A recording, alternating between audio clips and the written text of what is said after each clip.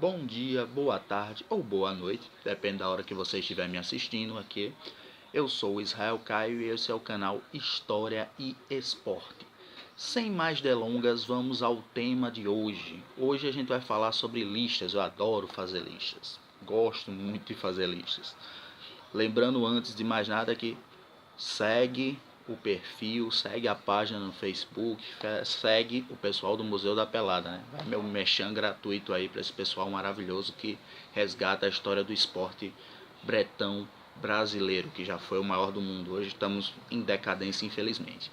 Mas vamos voltar para cá, né? Nossa lista, minha lista de hoje, no caso, ela vai ser uma lista interessante. A maior seleção brasileira que eu já vi jogar e a maior seleção brasileira de todos os tempos. Ou seja, aquele time que vai ser montado por mim, com os jogadores que apenas eu vi jogar, e eu vou ser bem claro, eu comecei a ver futebol a partir de 1993, quando eu tinha 5 anos de idade, que eu tenho as primeiras lembranças de futebol, então não adianta, mas faltou fulano. Esse fulano de 1993 para trás não adianta. E depois eu quero montar a seleção com titulares e reservas de todos os tempos. A minha, obviamente. Vocês estão abertos a discordar, vocês estão abertos a montarem suas seleções, mas no caso, aqui segue a minha lista, né? Como é o meu time de todos os tempos que eu vi jogar e o meu time que eu li sobre, né? Que eu fiz pesquisas, que eu vi os tapes depois, ou seja, a minha seleção que eu vi jogar e a minha seleção de todos os tempos. Vamos começar pela minha seleção que eu vi jogar, num esquema bem para frente, se assim eu posso dizer, né? Com 4-1, 3 meias, praticamente atacantes também, e mais dois centroavantes. Esse é basicamente o esquema da seleção que eu vi jogar, lembrando, desde 1993 para cá. Vou citar titulares e reservas. Titular, meu goleiro titular. Vamos começar pelo gol, obviamente. Meu goleiro titular, Cláudio Tafarel, campeão do mundo em 1994 nos pênaltis contra a Itália, defendendo pênaltis contra a Itália, e vice-campeão do mundo em 1998. Para mim, o maior goleiro que eu vi jogar com a camisa da seleção brasileira. Em clubes tomar seus frangos, de vez em quando dava umas falhadas, mas na seleção brasileira, para mim, foi o maior goleiro que eu vi jogar. No caso, na reserva dele, quem eu colocaria para ser o goleiro reserva em qualquer situação? Dida. Dida, goleiro que foi do Vitória da Bahia, do Cruzeiro, do Milan, do Corinthians. Dida, para mim, tirando o Tafarel, foi o maior goleiro que eu vi com a camisa da seleção brasileira. Até mais do que Marcos, né? Eu sei que os palmeirenses vão me xingar muito, mas Dida fazia... Teve uma época que Dida não tomava gol de pênaltis. Eu achava impressionante a rapidez, a velocidade que o Dida tinha para catar pênaltis. É um goleiro muito seguro. E até o próprio Marcos era fã do Dida. E com a camisa da seleção, Dida fez mais partidas e também teve atuações melhores. Lógico, Marcos foi campeão do mundo, fez aquela atuação na final da Copa do Mundo maravilhosa, foi um grande goleiro também. Mas isso é só uma questão de opinião pessoal, gente. Eu prefiro o Dida, no caso, no banco de reserva. E só voltando para o Tafarel, né? Tafarel titular.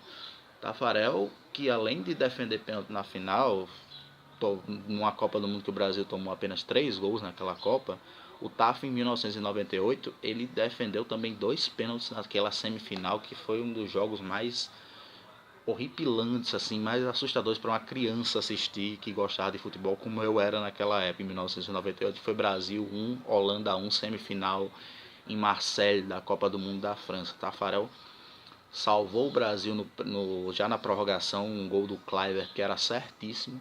E na disputa por pênaltis ainda pegou do Ronald De Boer um pênalti e pegou também do Philippe Cocu o outro pênalti e garantiu o Brasil na final daquela Copa. Praticamente Tafarel garantiu o Brasil naquela final de Copa do Mundo. Ou seja, o Tafarel era sensacional na seleção, um goleiraço. E ainda costuma dizer em entrevistas que não foi tão bom assim, né? O cara, além de tudo, é humilde. Dupla de zaga, minha dupla de zaga titular. Quem vai concordar, quem vai discordar de novo. Fiquem à vontade. Gosto pessoal. Aldair, para mim o maior zagueiro que eu vi jogar com a camisa da seleção brasileira. Defendeu o Brasil nas Copas do Mundo 94 e 98. Além de jogar a Copa América, defendeu também na de 90, embora não tenha sido titular. Era um zagueiro brilhante. Jogou no Flamengo, na Roma. Era um zagueiro técnico, tranquilo, calmo, que só ia na certa, só ia na boa, não ia em viagem perdida. tinha tempo de bola. Para mim, o maior zagueiro que eu vi até hoje. E o outro, para completar a dupla de zaga com o Aldair, com o meu querido Aldair, é o Lúcio. Eixe, esses vão me xingar, né? Mas o Lúcio, além de super vitorioso com a seleção, campeão de Copa América, campeão de Copa das Confederações 2 vezes, campeão mundial em 2002 com a seleção brasileira, ele não era um zagueiro técnico de fato, era aquele zagueiro bola pro mato que o jogo é de campeonato, mas eu particularmente só vi Lúcio cometer uma falha até hoje jogando com a camisa da seleção brasileira, que foi naquela quartas de final contra a Inglaterra de 2002, em que a bola ia para ele tentou dominar, acabou escapando e o Michael Owen fez o gol. Sorte que naquele dia o Ronaldinho estava inspirado, o Ronaldinho Gaúcho, e a gente virou o jogo, né? Depois o Ronaldinho acabou até sendo expulso naquele jogo e o Brasil foi às semifinais daquela Copa do Mundo. Mas para mim o Lúcio sempre foi um zagueiro vitorioso e um zagueiro com muita garra, com muita determinação. Sempre teve muito amor a vestir a camisa da seleção. Inclusive aquela final que o Brasil perdia de 2-0 das Copas das Confederações de 2009. Era uma final contra os Estados Unidos, o Brasil perdendo 2-0 no primeiro tempo. E o Brasil parte para cima com tudo no segundo tempo, consegue o empate e o Lúcio vai lá no último minuto, mete a cabeça e faz o gol que deu o título da Copa das Confederações para o Brasil. Um cara que nunca se recusou a vestir a camisa da seleção brasileira, sempre teve um grande amor, sempre na Alemanha, que ele foi onde ele passou a maior parte da carreira dele, sempre foi tido como um dos melhores zagueiros da Bundesliga, que é um dos países que mais formam bons zagueiros. Então, assim, não estou falando de clubes, né, mas dentro da seleção brasileira ele sempre foi um zagueiro imprescindível também, do período que eu vi, né, do período que eu vi, não que eu li ou que eu estudei. E no caso o Lúcio, né, tem um jogo contra a Argentina, ainda pelas eliminatórias de 2002, lá em Buenos Aires, que eu lembro, o Lúcio estava tirando tudo, o jogo estava 1-1, aí o Lúcio sofreu uma lesão lá com o argentino, ficou 2 minutos fora de campo, nos 2 minutos o Galvão gritava, tem que voltar o Lúcio, no cruzamento a Argentina virou o jogo e venceu aquele jogo por 2-1 em Buenos Aires. Eu lembro até hoje de, assim, o quanto de representatividade o Lúcio tinha naquela seleção brasileira do período do Filipão até o título mundial de 2002, e em 2006 estava lá de novo, em 2010 estava lá de novo, ou seja, 3 Copas do Mundo que o nosso Lúcio foi titular. Para mim, dos zagueiros que eu vi, ele, no caso, formaria a dupla de zaga com o elegante Aldair, né? Você precisa de um elegante, de um talentoso, precisa de um cara mais para chegar junto, né? O Lúcio seria o cara para chegar junto. E o reserva do Lúcio, outro cara muito talentoso, agora que eu tenho pouca memória. O pouco que eu vi dele foi espetacular, que foi as primeiras atuações dele na Copa do Mundo de 1994. Primeira, na verdade, que ele se machucou. Ali ele ia ser com certeza o melhor zagueiro daquela Copa do Mundo se não tivesse se machucado. Ricardo Rocha, zagueiro que defendeu o Real Madrid, jogou no São Paulo aqui no Brasil, jogou no Santa Cruz, defendeu o Guarani de Campinas, zagueiraço também de bola, que eu vi pouco, talvez tomasse até o lugar do Lúcio, se não fosse tão, se não tivesse tido tantas lesões e se o Lúcio não fosse tão vencedor com a camisa amarelinha. Então, minha zaga titular seria Aldair Lúcio, minha zaga reserva seria Ricardo Rocha e o outro eu não falei, Juan. Juan também outro zagueiro fantástico, técnico, muito parecido com o Aldair, que infelizmente acabou não sendo campeão do mundo, não foi campeão do mundo em 2006, também em 2010 não conseguiu conquistar o título, mas que sempre foi um zagueiro muito técnico, muito calmo e sempre também no mesmo estilo do Aldair, indo nas bolas certas, né? Sempre se posicionando muito bem. Então, basicamente minha zaga reserva seria Ricardo Rocha e Juan. Na lateral direito, o meu lateral direito de todos os tempos, né, que eu vi jogar, lembrando, é o Cafu. Não tem nem o que falar, né? Desculpem aqueles que dizem que ele não sabia cruzar, mas é o jogador que mais vestiu a camisa da seleção. É o único jogador que disputou 3 finais de Copa do Mundo seguidas. 94 ele entrou no lugar do Jorginho que sentiu. 98, no caso, ele era titular naquela final contra a França. Em 2002 ele era, além de titular, capitão que ergueu a taça. Vitoriosíssimo, recordista com a seleção brasileira. A número 2 oficial seria dele. A minha reserva seria exatamente do Jorginho. Em 1994 foi espetacular, essencial. Era um cara que não errava passe, não errava cruzamento. Foi também um dos melhores laterais que eu vi jogar. Eu só não coloco o Jorginho como titular, primeiro porque pela carreira vitoriosa que o Cafu teve, e segundo porque o Jorginho, quando eu peguei a época do Jorginho, o Jorginho já estava já numa transição de lateral ali do Bayern de Munique, já indo para o meio campo, né? Quando ele voltou para o Brasil, ele já queria atuar até no meio campo, como um volante, como meia direita, mas o Jorginho também jogava demais. Daniel Alves é um craque, é um grande vencedor, também poderia entrar nessa lista também, mas eu acho que o Jorginho foi mais jogador do que eu vi de seleção brasileira, com a camisa da seleção brasileira. Aí de clubes o Daniel Alves seria melhor até do que o Cafu, mas que eu vi no caso com a camisa da seleção brasileira, o meu reserva da lateral direita seria o Jorginho, titular lembrando o Cafu.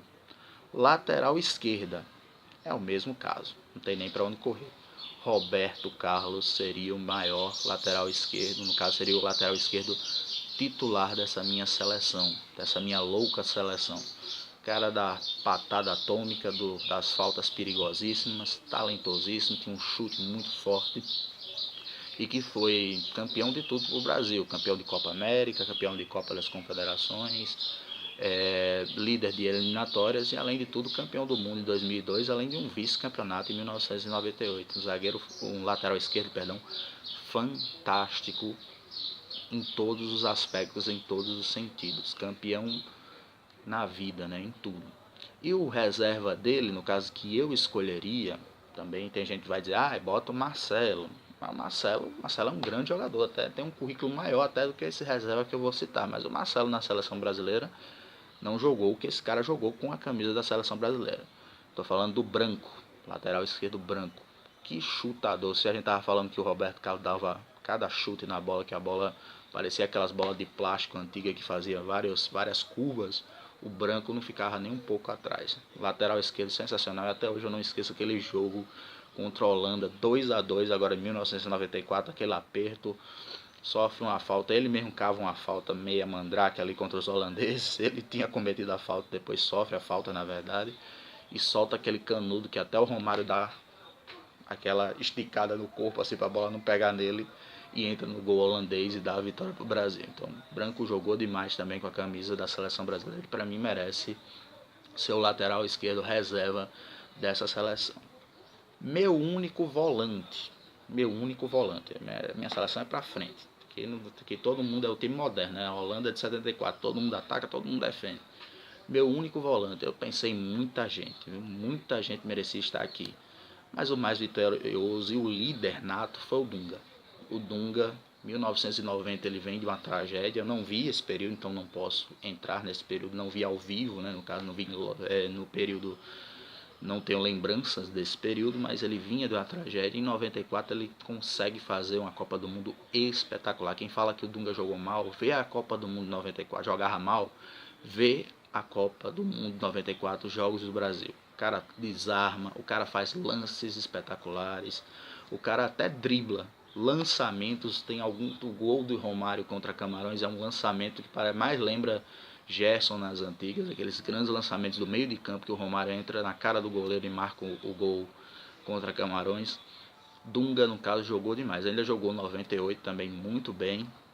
Infelizmente ele teve um problema com o Bebeto ali que tirou um pouco da liderança dele, que era um dos grandes aspectos também que me fazia respeitar o Dunga enquanto jogador, era a liderança que ele tinha com os demais, era um capitão nato. Eu até não entendo porque o capitão em 94 era Ricardo Gomes, depois passou para Raí, para depois lembrar do Dunga, porque o Dunga era um capitão nato de seleção brasileira.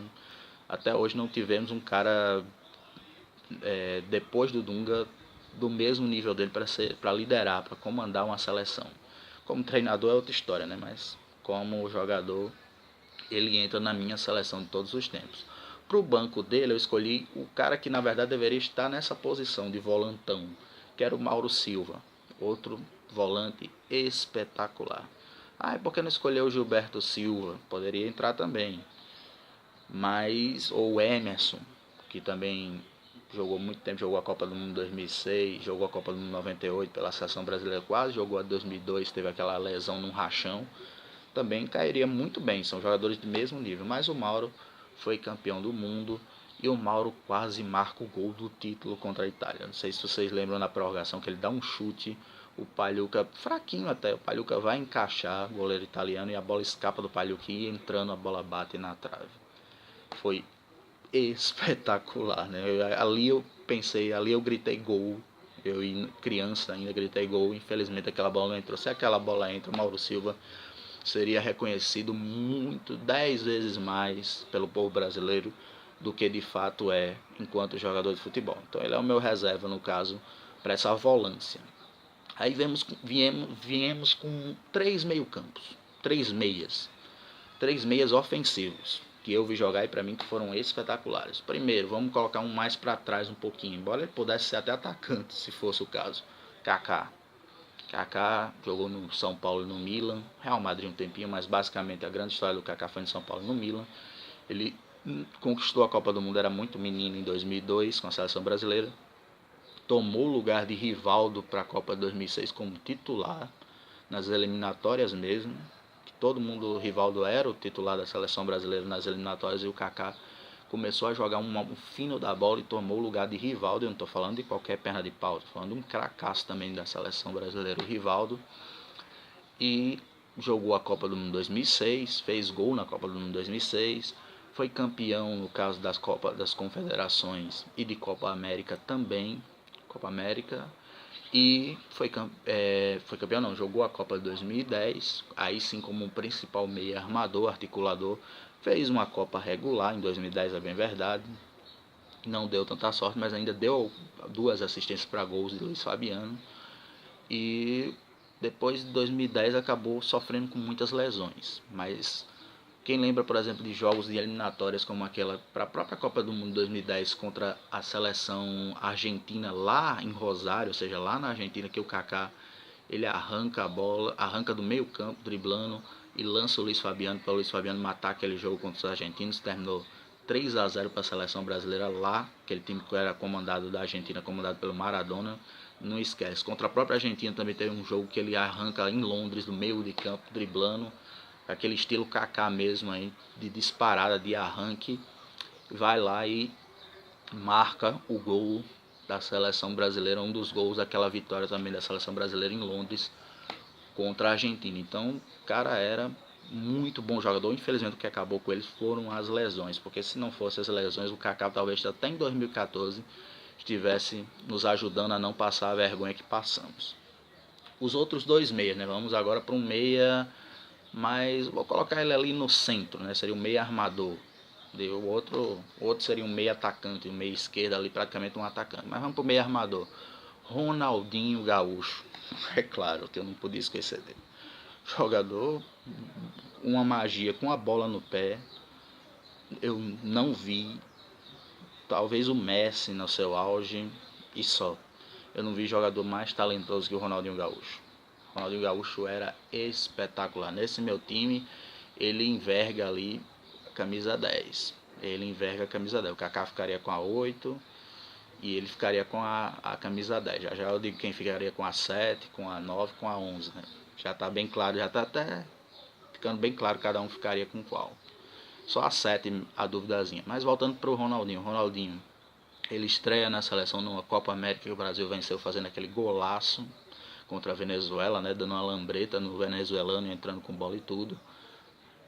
Garoto, depois disputa uma Copa das Confederações já como protagonista ainda em 1999, e ele jogou muito bem, foi um espetáculo. A seleção brasileira que era praticamente a seleção B, que perdeu a final para o México daquela Copa das Confederações. Jogou as eliminatórias para a Copa do Mundo de 2002, jogou a Copa do Mundo de 2002, foi campeão do mundo, principalmente a grande atuação dele foi aquele jogo com a Inglaterra, que o Brasil começa perdendo, ele acaba com os ingleses, ele dribla, toma a bola do Beckham, dribla o Ashley Cole, deixa o Ashley Cole no chão, dá um tapa assim, o Rivaldo manda para dentro no gol de empate, e aquele segundo gol que só a física explica, né? Aquela cobrança de falta que ele joga, e que até hoje alguns dizem que foi sem querer, outros dizem que no caso o próprio diz, né, que ele viu o David Seaman, goleiro inglês, adiantado, e ele jogou por cima do David Seaman. Então o caso Ronaldinho é o meu camisa 10. Ainda em 2010 ele já tinha uma birra com o Dunga, já não queria mais saber muito mais de futebol, tinha sido campeão da Copa das Confederações em 2005, né? 2006 foi aquela bagunça toda, mas isso não apaga o jogador esplendoroso com a camisa da seleção brasileira que foi o Ronaldinho Gaúcho. Não apaga em nada o talento que ele teve com a camisa amarelinha. O outro meia, que na verdade já seria o camisa 7, na verdade ele sempre jogou de 10 ou de 11, mas eu vou dar a camisa 7 para ele, porque isso sobra ali, eu tenho certeza que ele não ficaria com raiva de mim não. E que na verdade ele seria um meia atacante, seria o primeiro atacante ali do trio de ataque.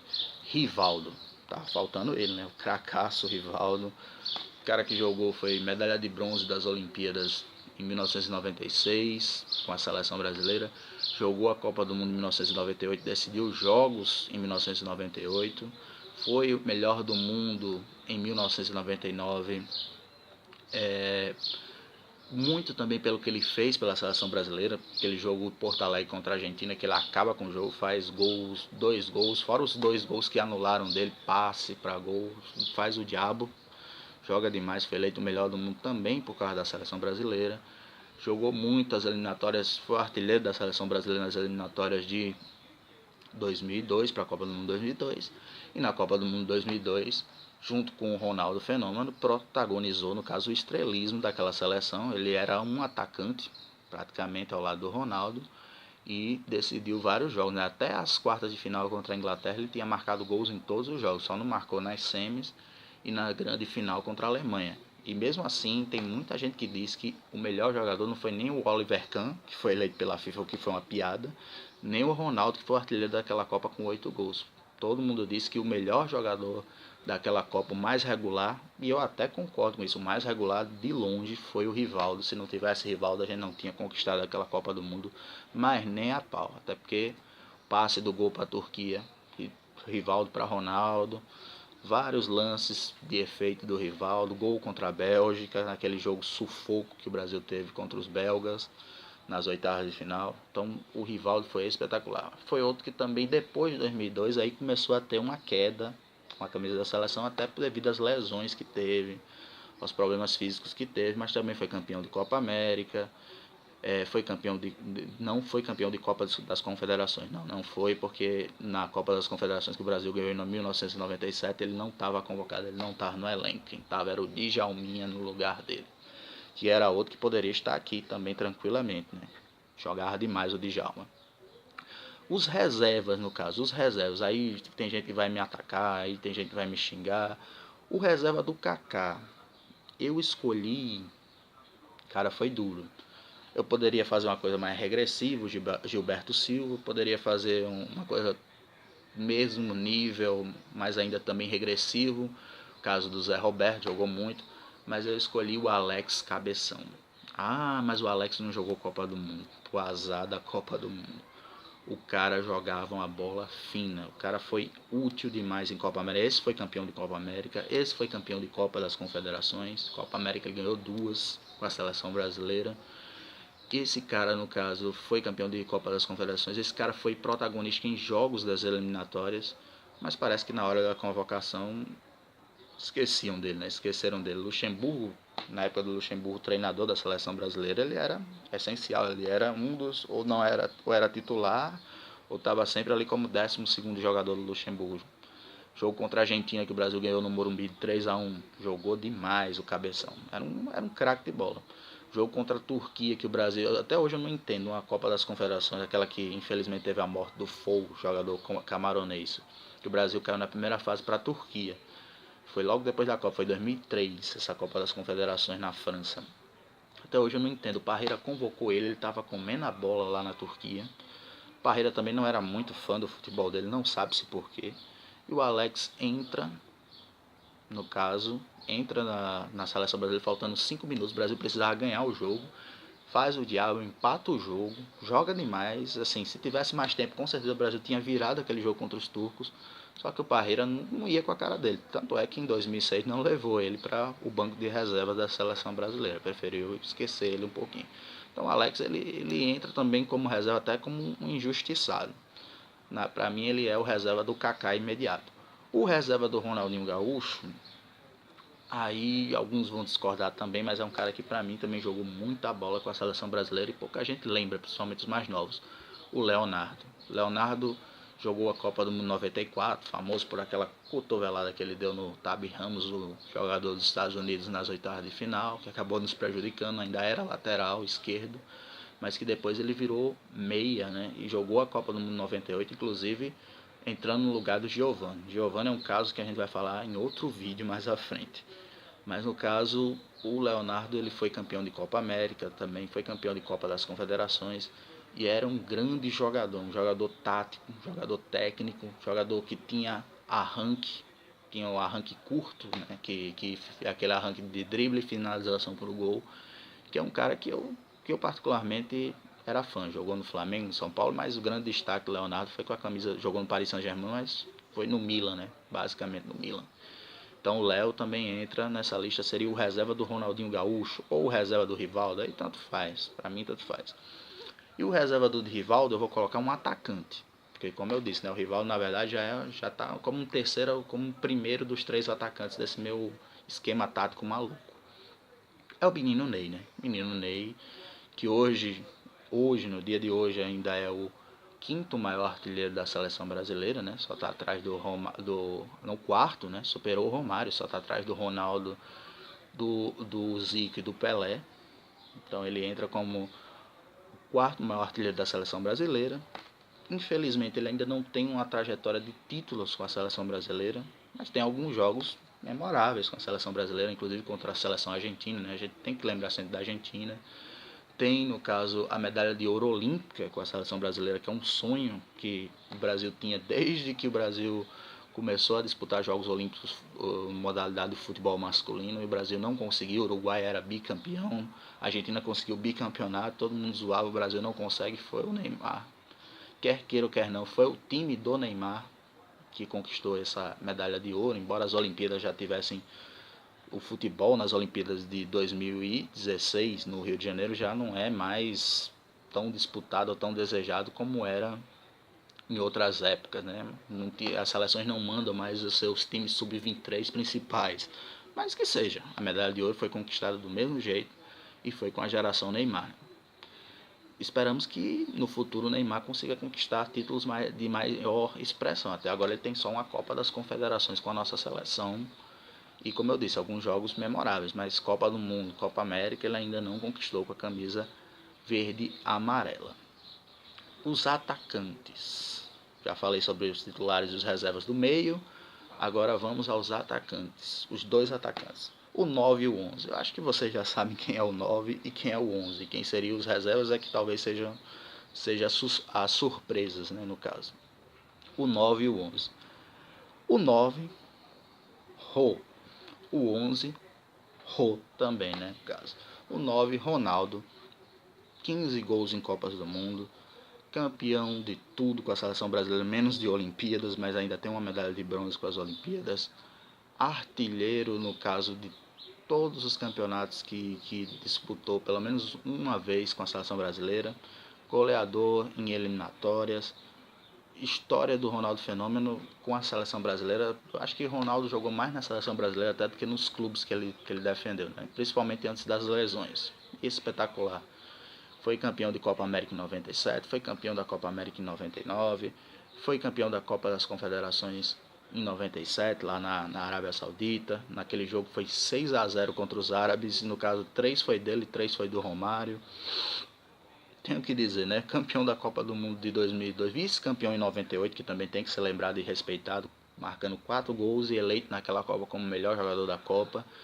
Artilheiro da Copa do Mundo de 2002 com 8 gols. Só não marcou no jogo das quartas de final, foi contra a Inglaterra, foi o único jogo que ele não marcou. Lembrando aqui rapidamente, ele marcou em todos os outros 6 jogos que a seleção brasileira venceu, com 8 gols. Ronaldo era fenomenal mesmo, o nome já diz. Em 2006 ainda conseguiu bater o recorde do Gerd Müller, além de ter feito umas eliminatórias bastante interessantes vestindo a camisa da seleção brasileira, já estava um pouquinho acima do peso, mas bastante interessante. Ainda conseguiu quebrar o recorde do Gerd Müller, fazer 3 gols naquela Copa e naquela época fazer 15 e ser o maior artilheiro de Copas do Mundo de todos os tempos. Depois o Klose superou, né, na Copa 2014, mas isso é uma história à parte. Até então ele era o maior artilheiro das Copas do Mundo de todos os tempos. E depois daquela Copa ele acabou encerrando a carreira, né? Aquela Copa que foi meio bagunçada, ele acabou encerrando a carreira com a camisa verde e amarela, né? Depois ainda quis, né, voltar em 2010, aceitava o convite, mas o Dunga não quis levar ele para a Copa do Mundo quando ele já defendia o Corinthians. Mas Ronaldo não tem o que falar sobre o fenômeno, né? Foi o artilheiro que é e disparado, né? Ali na dupla de ataque, vou colocar um dos dois disparados, os dois maiores jogadores de frente, né? Número 9 de todos os tempos, com a camisa da seleção. Não tem nem o que falar. Gol era com ele mesmo. E o outro, camisa 11, Romário, né? O que falar do Romário? O que falar do Baixinho? Baixinho simplesmente ganhou uma Copa do Mundo pra gente em 1994. Eu basicamente sou um apaixonado por seleção brasileira, ainda, apesar de tudo, graças ao Romário em 1994, que levou aquela seleção nas costas. Aquele jogo com a Suécia nas semifinais, o jogo contra a Suécia na fase de grupo, que ele empata o jogo, que estava um jogo dificílimo, e ele pega a bola, arranca pelos grandalhões e faz o gol de empate. Depois dá aquele passo pro Bebeto nas oitavas contra os Estados Unidos. Depois faz gol e dá aquela miguezada, se assim eu posso dizer, com o zagueiro holandês, que o Bebeto faz o segundo gol contra a Holanda. Além de, como eu disse, com o lance do branco, ele fazer aquela espalhadinha que não deixa a bola bater nele e desviar. O cara foi espetacular naquela Copa de 94. E como eu disse, nas semifinais, jogo truncado, difícil. Ele perde um gol cara a cara, sem goleiro, já tinha driblado até o goleiro. Depois Jorginho cruza, certeiro. O Jorginho era sensacional, não à toa tá no banco de reserva desse meu time. E o Baixinho, o Bachola, vai lá e de cabeça e bota pra dentro, né? O Romário, que foi muito boicotado na seleção, diga-se de passagem, né? Ele foi vice-campeão olímpico, ganhou Copa América e também ganhou Copa das Confederações, mas ele passou um bom tempo por problemas com treinadores, não sendo convocado para eliminatórias, não foi convocado para Olimpíadas 2000, não foi chamado para a Copa do Mundo de 2002, a de 98 foi cortada daquele jeito, né? Com aqueles motivos estranhos. E mesmo assim o Romário ele tem uma marca de gols invejável, né? 55 gols com a camisa da seleção brasileira. Invejável, mesmo com tanto boicote que ele teve com a camisa da seleção brasileira. O Baixinho, ele era, ia dizer um palavrão, é melhor não dizer, ele era demais, né? Ele era realmente Deus é 10, Romário é 11. E para mim, inclusive, ele é o maior jogador brasileiro que eu vi jogar. O Ronaldinho foi o mais espetacular, mas o Ronaldinho foi por um tempo muito curto. O Romário foi genial por um período longo, né? Eu peguei aí a carreira do Romário dos 26 anos, mais ou menos, 26 anos, 93 para 94. O Romário ganhou a Copa do Mundo em 94 com 28 anos quase. Então vamos botar que eu peguei aí dos 26 para os 27 anos da carreira do Romário até os 40. Toda essa carreira do Romário, e fora a parte anterior que eu não vi, ela foi muito regular, ela foi espetacular. Os caras não conhecem, não falam tanto do Romário como falam do Ronaldo, porque o Romário, no caso o Romário, ele não jogou tanto tempo na Europa, né? Ele preferiu viver a vida dele, curtir a vida dele, que era um direito dele, né? Veio aqui para o Rio de Janeiro jogar no Flamengo, e nos outros do Rio, no Vasco também teve uma grande passagem, no Fluminense, mas ele foi o melhor jogador brasileiro que eu vi jogar até hoje, disparado, que eu vi jogar, que nesses meus 31 anos, né, de 1993 para cá, né, que eu observo futebol com mais detalhes, que eu consigo ter memória de futebol, para mim ele foi, com a camisa amarelinha, o jogador mais espetacular. Inclusive na época que ele jogou com o Ronaldo, né, no curto período que teve lá a dupla Rorô, que foi aquele período entre a lesão do Ronaldo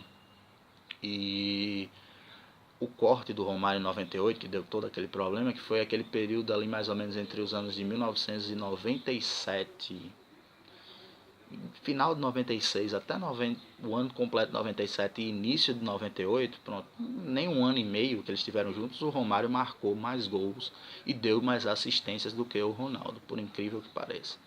Então o Romário, ele é para mim o maior jogador. O banco desses dois, quem seriam os reservas desses dois? Para mim, o reserva do Ronaldo seria o Bebeto. O Bebetinho jogou muita bola também, foi campeão de tudo isso também. não tinha a mesma qualidade, mas era também um atacante esguio, matador, finalizador, não perdia gol, ajudou demais o Romário, né? O Romário levou a seleção nas costas, mas também, vamos dizer aí que se o Romário tem 50% do título de 94, o Bebeto deu uns 15 a 20% também daquele título para o Brasil. Bebetinho ficaria ali na reserva do Ronaldo. Bebetinho que também foi vice-campeão do mundo em 98 por causa do corte do Romário como titular. Assumiu a titularidade, deixando até o Edmundo na reserva, que era o reserva imediato, né? Caso do Ronaldo ou do Romário se lesionarem. E o Bebetinho, no caso, foi medalha de bronze, foi medalha de prata olímpico. Isso aí, a de prata eu não cheguei a acompanhar, mas a de bronze em Atlanta eu lembro. E defendeu a seleção brasileira até a Copa do Mundo de 98, também conquistando Copa América e também conquistou a Copa das Confederações. Era reserva naquele time que tinha Romário e Ronaldo no ataque lá na Arábia Saudita em 1997. Então o Bebetinho entra na minha lista como reserva, pode ser do Romário, pode ser do Ronaldo, aí tanto faz, mas ele está como reserva nesse time aí, nesses 22, se eu pudesse convocar 22, né, ele entraria tranquilamente. E o outro reserva, o reserva do Ronaldo, pronto, ou do Romário, perdão, também vão discordar, né, vamos dizer, é o Careca, eu mal vi o Careca jogar. Eu li muito e depois vi tapes sobre o Careca jogando. Então, assim, pra mim, o reserva do Romário é o Didico, o Adriano Imperador. Aquele jogo, aquela Copa América de 2005 e a Copa das Confederações seguinte, a Copa América foi em 2004, na verdade, e a Copa das Confederações de 2005, o Adriano foi espetacular com a camisa da seleção. Foi o único cara que conseguiu chegar perto com a camisa 9, né, ou com a camisa de centroavante, perto de Romário e Ronaldo. Perto. Foi espetacular. Ah, mas o Luiz Fabiano jogou uma Copa do Mundo. Paciência, mas não foi bem. O Adriano foi espetacular naquele período. Inclusive de eliminatórias, fazendo aqueles gols que ele só parecia brincadeira. Ele dava um tapa na bola para frente e um chutasse, a bola pegava uma curva, dente de leite, né? Eu tava tentando lembrar o nome da bola aqui. Dente de leite e matava qualquer goleiro. Aquele período de Internacional, que até o período de Flamengo, que ele defendeu a seleção brasileira, o Didico foi fenomenal. Foi melhor do que o Luiz Fabiano para mim com a camisa da seleção brasileira. Respeito quem também discorda disso daí. Então, gente, o vídeo está ficando muito longo. Eu pensei que ia ficar curto, mas o vídeo está ficando muito longo. Então, vou ficar com a minha seleção de todos os tempos para um próximo vídeo. Daqui a pouco eu faço outro vídeo, não vou nem mudar de roupa nem nada. Eu vou fazer outro vídeo sobre a minha seleção brasileira de todos os tempos. Aí vale o que eu não vi também, o que eu li, o que eu pesquisei, os tapes antigos, etc e tal. Mas basicamente a minha seleção titular seria essa, né? Só repetindo: no gol Tafarel, a zaga Aldair e Lúcio, as laterais Cafu e Roberto Carlos, a volância, se assim eu posso dizer, Dunga, o meio campo formado ali por Kaká e Ronaldinho Gaúcho, mais à frente o engante ali com o Rivaldo e na frente Ronaldo e Romário. Ainda os reservas para esse timaço, no caso esse meu timaço, seriam Dida, a defesa Juan e Ricardo Rocha, as laterais, no caso, o Jorginho e o Branco, Mauro Silva na volância ali na reserva, no meio Alex Cabeção e o Leonardo, e na frente um trio de reservas, no caso o Neymar, o Bebetinho da Bahia, jogar demais, e o Didico, o Adriano. Esse no caso é a seleção que eu vi jogar de todos os tempos, certo, gente? Quem gostou, curta, se inscreve no nosso canal, segue nosso canal e manda sugestões, por favor, que a gente está querendo. Valeu, gente. Até o próximo vídeo, onde eu vou falar, inclusive, sobre agora a minha seleção de todos os tempos. Não importa se eu vi ou não vi, se eu era criança ou nem nascido era. Vou fazer agora também o meu vídeo sobre a maior seleção brasileira de todos os tempos. Que eu acho, né? Na minha opinião, obviamente, eu vou querer muito que vocês discordem, porque a discordância faz parte da democracia. Ok, gente? Valeu, muito obrigado e até o próximo vídeo.